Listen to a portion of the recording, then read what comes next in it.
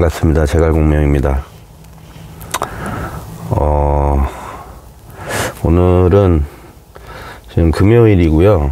지금 시간은 이제 11시가 좀 넘었는데, 제가 강남에 잠깐 이제 볼 일이 있어서 장 끝나고 이 한 주간의 뭐 수급 체크라든지 뭐 매매일지 좀 정리를 하고, 그리고 저녁 먹으러 이제 강남에 갔다가 지금 제 사무실이 송도거든요. 그래서 송도에 와서 잠깐 짬이 나서 카메라를 켰습니다.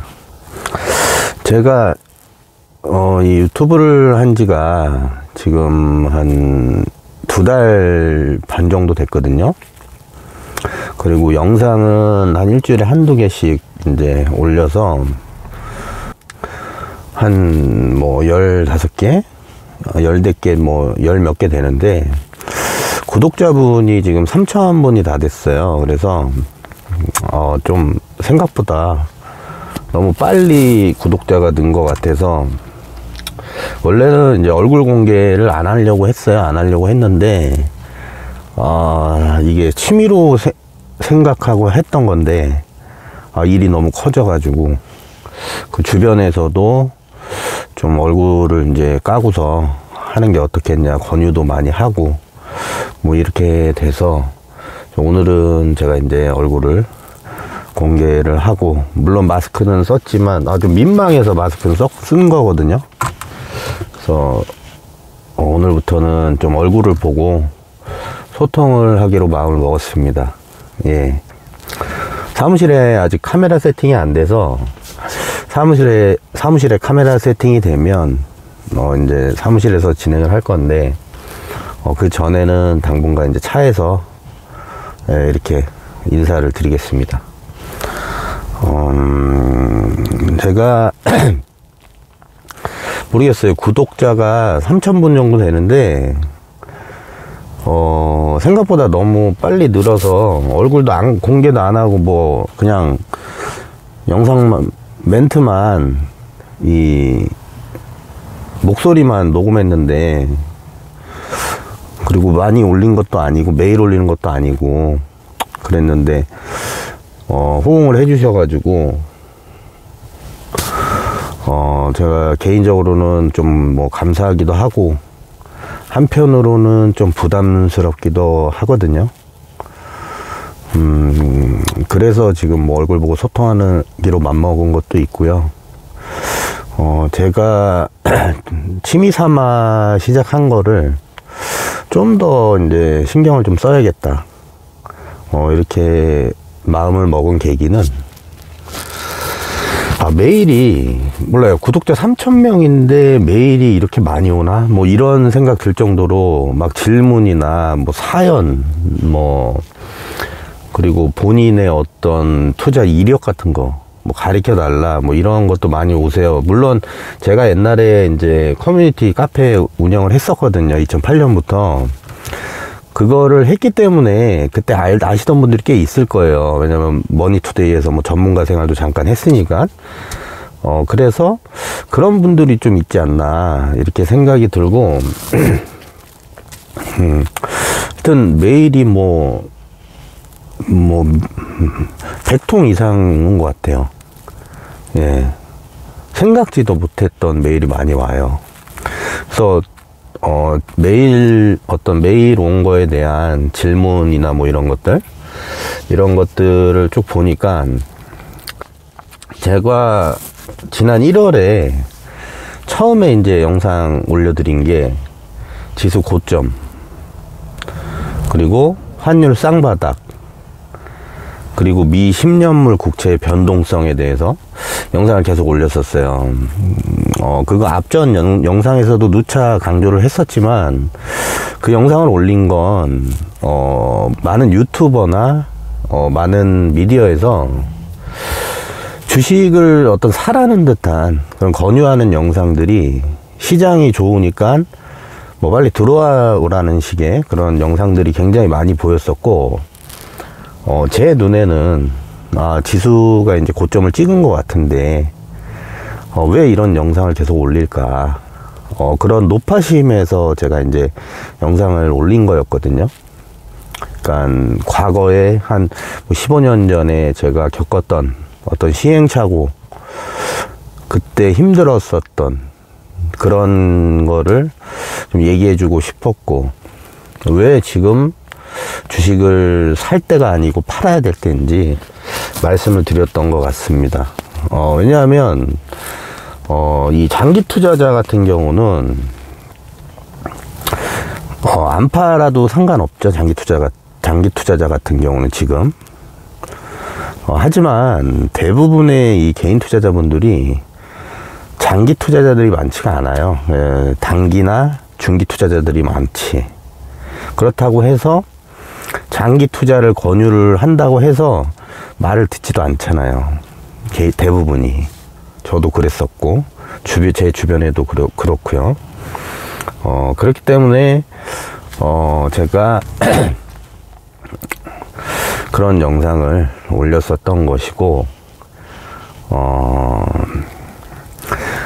대부분의 이 구독자분들이 메일 보내주신 거에 대해서 첫 번째가 이제 아까 말씀드렸던 지수 고점, 환율 쌍바닥 맞춘 거, 그리고 이 환율 레인지를 제가 이제 말씀을 한 달 전에 드렸었어요. 1150원 마지노선으로 보고 있다, 이렇게. 근데 1145원 찍고 다시 내려오고 있죠. 예, 지수 바닥이랑 일치했어요. 지수 바닥은 이제 2800선까지 봤는데 2940까지 찍었죠. 예, 2940까지 찍었는데, 저는 개인적으로 아직은 바닥을 다지는 중이라고 생각을 합니다. 생각을 하고, 전에 2주 전에 3주 전에 올린 영상에서도 심증은 있지만 물증이 없다, 이렇게 아직 그 의견에는 제가 이제 변함이 없고요. 그리고 미 10년물 국채에 대해서 이제 많은 분들이 1월 달에 이제 제가 미 10년물 국채의 변동성이 이게 커졌다, 이제 지수 고점이 나온 것 같다, 조짐이 이상하다, 이거 지금 거의 확실하다, 뭐 이렇게 말씀을 드린 거죠.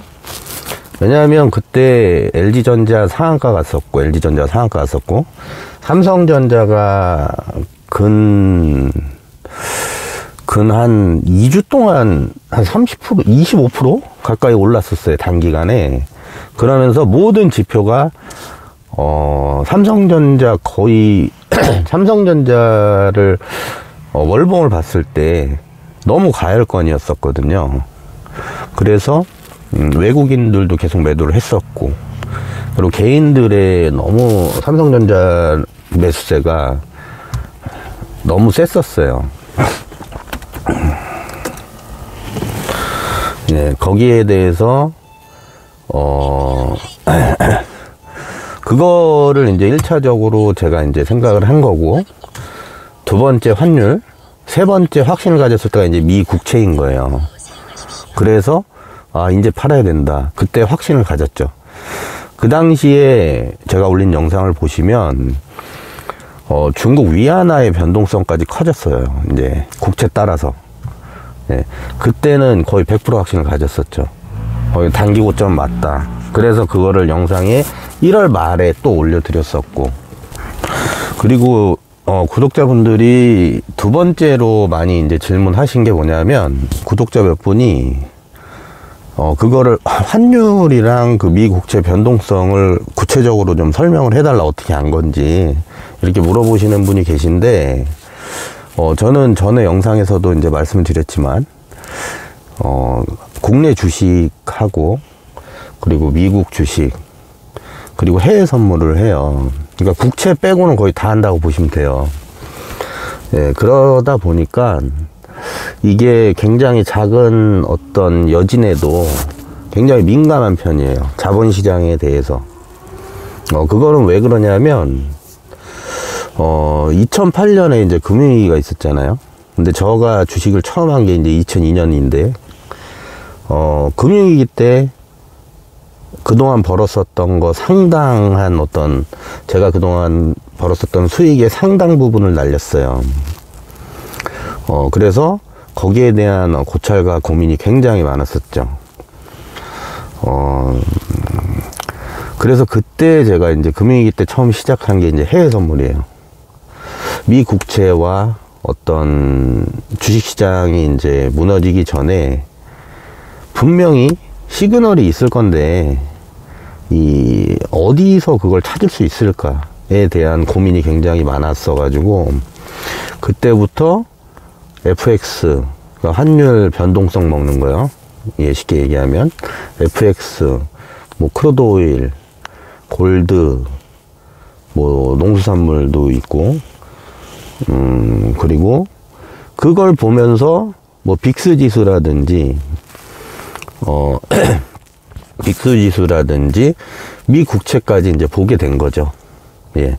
그래서 그 뒤에 있었던 유럽 재정 위기, 뭐 이런 위기가 생겼을 때, 동일본 대지진, 뭐 유럽 재정 위기, 뭐 이런 게 있을 때 이제 거기서 이제 시그널이 먼저 오니까 아무래도 먼저 와요. 대부분이 국채나 어떤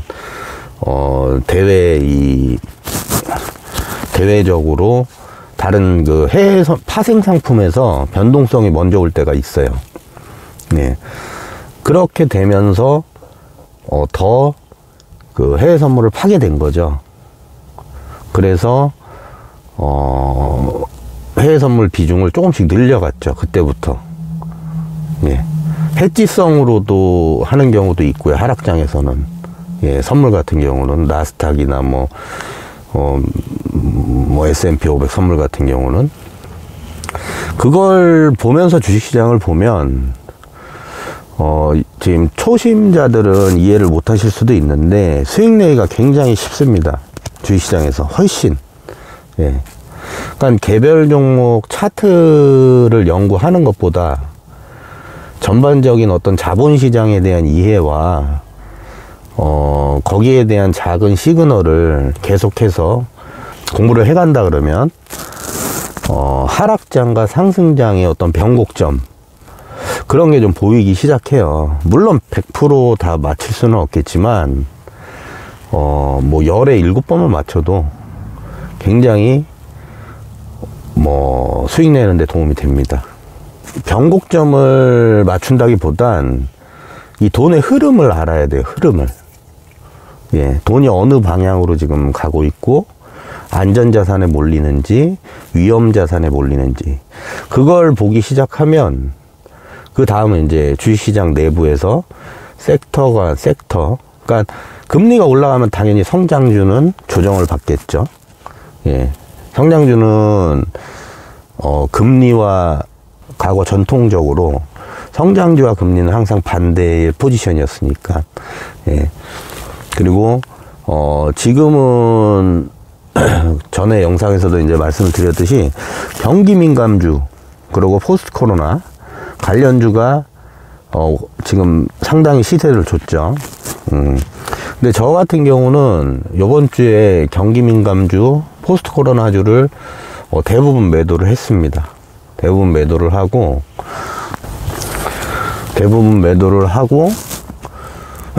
스윙 계좌가 있어요. 저는 이제 그것도 물어보셨구나. 그 포트폴리오에 대해서 이제 제가 이제 뭐 계좌를 몇 개 운영하고, 그리고 비중이 어떻게 되냐, 이거를 이제 물어보셨거든요. 그래서 그거에 대해서 이제 말씀을 드리면, 저는 계좌를 총 3개를 쓴다고 보시면 돼요. 3, 4개. 근데 첫 번째는 스윙 계좌예요. 스윙 계좌 또는 중기 투자용 그 계좌요. 그리고 두 번째는 단타 계좌. 말 그대로 오버나잇을 안 하는 계좌요. 그리고 세 번째는 이제 해외 선물인데, 첫 번째 이제 스윙은 한 40% 비중. 그리고 단타 같은 경우는 한 30에서 40%. 그리고 나머지 20-30%가 이제 해외 선물인데, 여기서 중요한 건 해외 선물은 20-30%라 해서 다 들어가지 않습니다. 단타도 물론 다 들어갈 때도 있지만, 뭐 절반 정도 들어갈 때도 있고, 장세에 따라서 그거는 이제 유동이 있고요. 변동이 있고, 해외 선물 같은 경우는 항상 2, 3%는 해지성으로 이 국내 선물도 해요. 해외 선물 계좌, 이게 돈의 비중이 이제 30%라는 거죠. 그러면은 주식을 제가 80%까지 꽉 채웠을 때는 풋옵션을 한 2% 정도? 전체 비중에서 2, 3% 정도 매수를 해요. 왜냐하면 갑자기 뭐 예를 들면 9.11 테러나 뭐 정말 유사시의 어떤 그런 위기 상황이 오면 주식이 폭락할 수도 있잖아요. 손도 못 쓰고 그런 거에 대비를 하는 거죠. 근데 제가 80%까지 채워놓은 경우는 12월 달 뭐 이럴 때예요. 예, 완전 대세 상승장에. 그렇지 않고는 80%까지 채우는 경우 거의 없어요. 한 70%? 많이 채워요? 보통 50% 이 정도 채웁니다. 스윙 계좌랑 단타 계좌 다 합쳐가지고. 그래서 제가 포스트 코로나 관련주나 경기 민감주를 매도를 하고, 어떤 종목을 매수했냐 이렇게 말씀을 드리면, 제가 이제 종목을 추천해 드리긴 참 그래요. 이게 뭐 선행 매매가 될 수도 있고, 제가 보유한 종목을 뭐 여러분한테 뭐 홍보하는 걸 수도 있잖아요. 그래서 좀 그러고 그냥 섹터에 대해서만 이제 말씀을 드리자면, 첫 번째는 제가 전 영상에서도 이제 말씀드렸듯이 우주항공 관련주, 그리고 제약바이오, 그리고 그 반려동물 관련주가 있어요. 반려동물 관련주. 몇 개 안 될 거예요. 그거는 찾아보시면 금방 나올 건데, 반려동물 관련주를 제가 매수를 한 이유는, 미국 같은 경우는 지금 뭐 반려동물 관련한 ETF라든지 종목들이 굉장히 시세가 많이 났어요. 찾아보시면 금방 나올 거예요. 근데 국내 같은 경우는 전혀 시세가 안 나고 있거든요. 항상 보면은 미국에서 시세가 나고 좀 뒤에 우리나라에 시세가 오는 패턴이에요. 개별주들은 항상 그래왔고, 예. 그렇기 때문에 반려동물 관련주도 좀 매수를 했고, 그리고 교육 관련한 그 메타버스 관련주인데 교육 관련된 주식들이 몇 개 있어요. 예. 메타버스는 뭔지 아시죠? 이 사이버상의 이 아바타 같은 뭐 그런 건데, 그 메타버스 하면 뭐 엔터 떠올리잖아요, 많이. 근데 엔터 같은 경우는 제가 보기엔 지금 좀 무거워요. 좀 시세를 좀 줬다, 저는 이렇게 생각하거든요. 그래서 저는 바닥에 있는 걸 워낙 좋아하고, 그래서 메타버스 교육 관련한 중소형주, 예, 대부분 제가 지금 갖고 있는 건 중소형주예요. 대형주는 거의 없어요. 예, 앞전 영상에서도 이제 말씀을 드렸지만, 지금은 차별화 장세라고 저는 생각하고 2주 전부터 그거를 시장에서 보여줬기 때문에 대형주는 아직까지 기다려야 된다. 저는 이렇게 보고 있습니다. 예.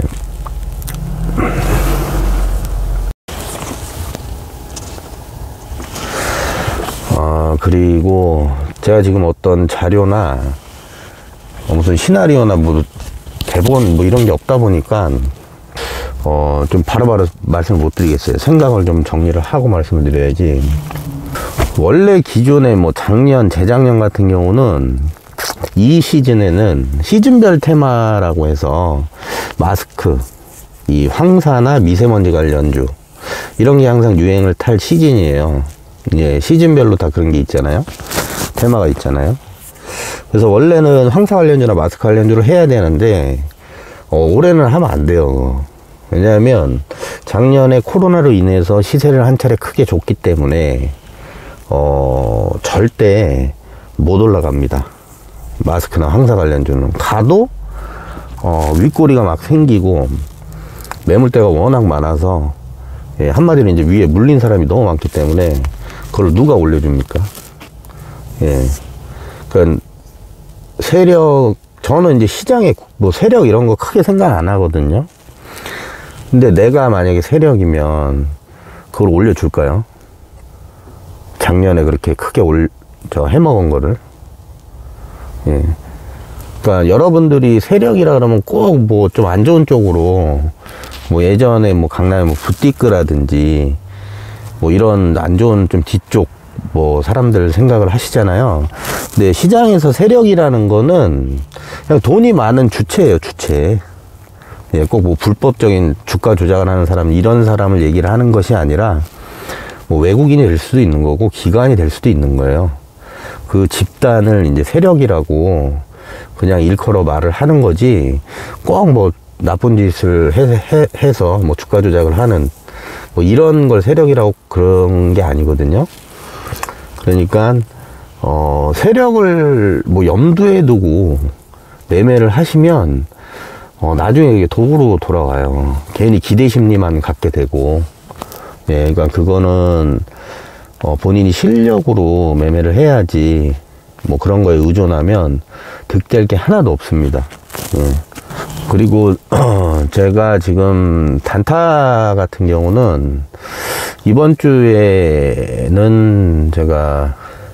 주 같은 경우는 뭐 이베이 코리아 그 IPO 관련주라든지, 그리고 마켓컬리, 그리고 전자화폐, 디지털 화폐, 그리고 전기차 그 중소형주요. 전기차 관련된 중소형주들, 뭐 시트라든지 이런 거.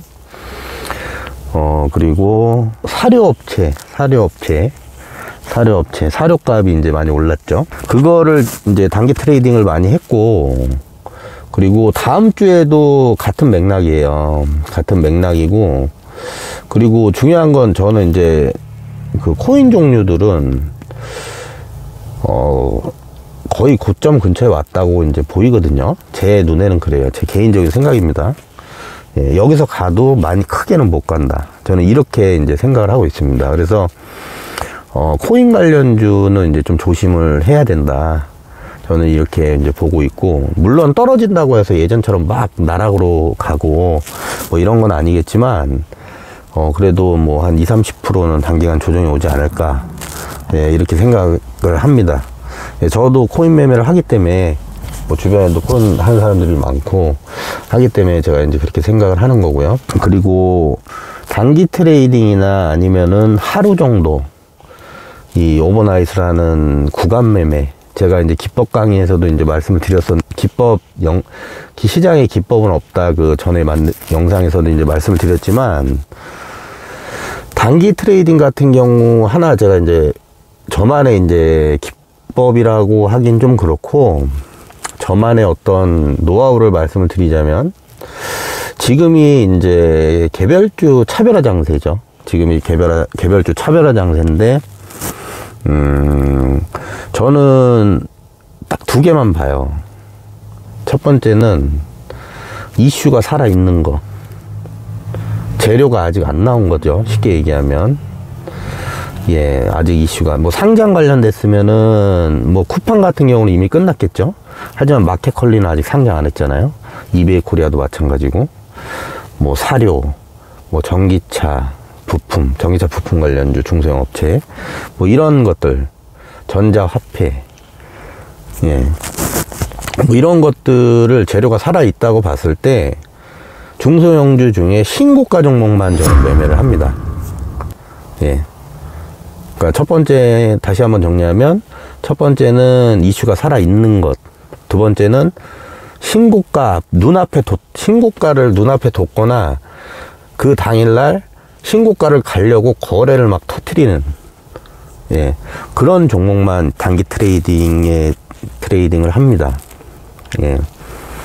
거래량과 신고가, 그리고 전에 종가를 고가로 마감했거나 신고가 근처에서요, 윗꼬리가 나왔어도 잠깐이라도 신고가를 간 종목이 있죠. 거래가 나오면서. 그런 종목을 관심 종목에 냅두시고 한번 보세요. 예. 그런 종목에 만약에 물리면은 또 올려줘요, 다음날. 대부분이 그럽니다. 대신에 거래가 안 터지고 그냥 윗꼬리만 나오고 신고가도 아닌데 뭐 신고가 근처에 있다고 예측해서 들어가시면 안 돼요. 예, 그 물릴 수도 있어요. 예. 그리고 이슈가 살아 있어야 된다는 거, 그거 명심하시고요. 예. 이거는 제가 뭐 1-2년 써본 게 아니기 때문에 굉장히 적중률이 높아요. 이 방법은요. 굉장히 적중률이 높고, 그리고 그리고 가장 중요한 건 지금이 개별주 장세잖아요. 금요일 같은 경우도 코스피는 음봉 마감했죠.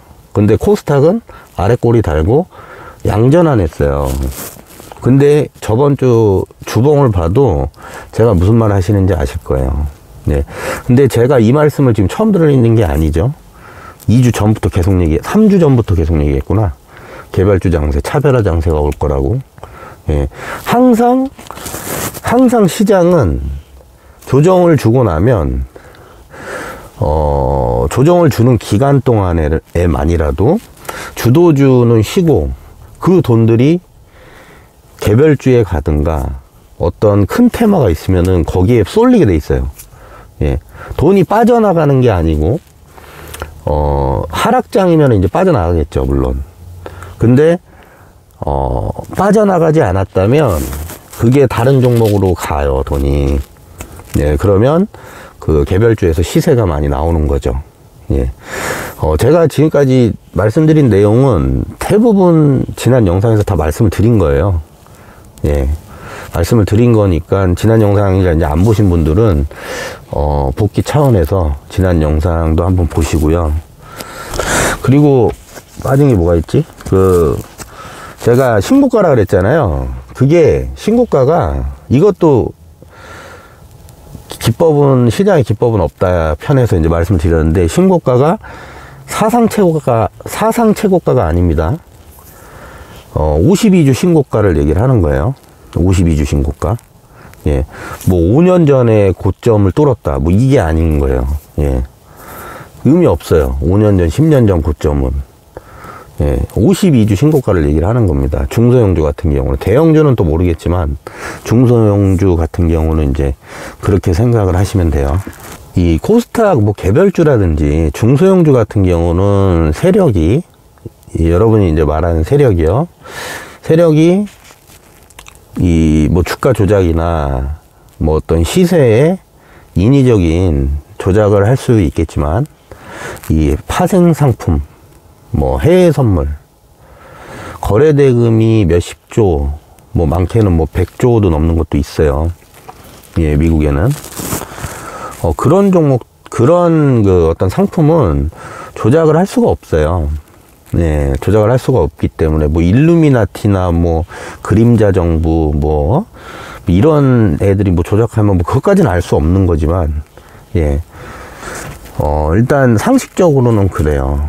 예, 조작을 할 수 없기 때문에, 해외 선물 같은 경우는 거의 다 진성이에요. 시그널이. 차트의 움직임이 가성이 많지가 않아요. 해외 선물은. 움직임이 있는 그대로 봐야 된다는 거죠. 예. 흔히 얘기하는 휩소를 준다. 뭐 이런 게 많이 없어요. 일봉으로 보면. 그냥 가면 가는 대로 믿어야 되는 거죠. 예. 왜냐하면 거래 대금이 워낙 큰 시장이기 때문에 인위적으로 조작을 할 수 없다. 예. 제가 지금까지 거래를 해본 결과는 그래요. 예. 그리고 지지선에서 잘 받는 편이고, 저항도 저항에서 잘 받는 편이고, 예.